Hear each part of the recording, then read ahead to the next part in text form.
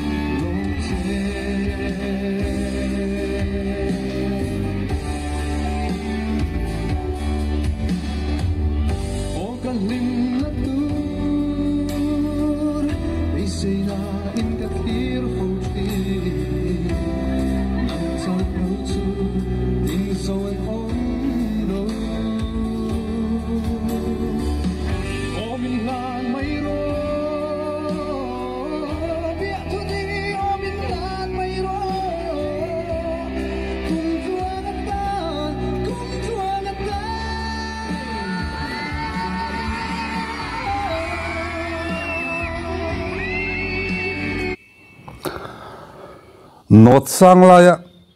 à chầu ăn tán chầu thì này tại thế dài thì ngày năm tu nín cả kìa ấy Peter này hiện nín ăn nốt sang ăn lon chầu tu hi lại rồi những trăm chầu về ăn nալ thấy ni tại thế bây giờ nghe hey tuần lại trả lại thế là đủ lệ nghe một chi hậu hi asan sa hi vang hiện ngay nát bôi lọ lệ rồi nên cái kia, sang chú rim mà hi, thì nốt sang alone chầu tu rồi hi, ngay khác cái nuông mà nè, tin giải thiệp mà nè, tiếc rồi nó sang chú, nè anh hiếm mà anh nát thâu sang anh nát thâu anh bôi hiền, anh hiền nát em nè, ngay khác cái nuông em nè, cái tiếng chỉ này khá nè,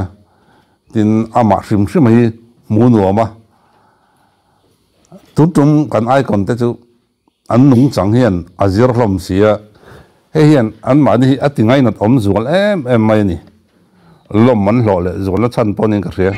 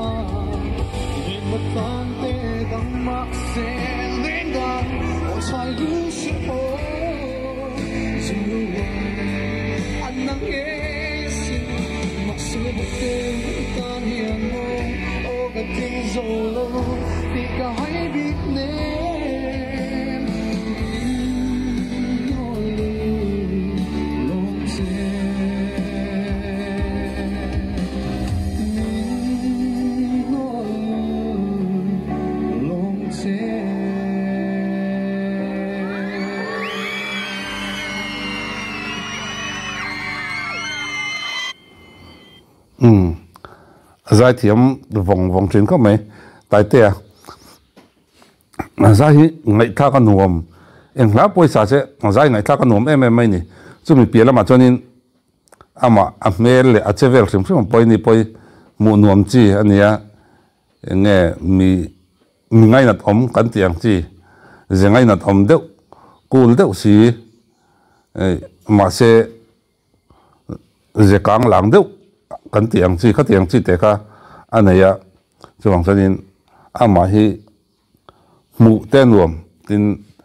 giải thì sim lên chế về thì mu nuông sim này ole hôn man nuông vek ole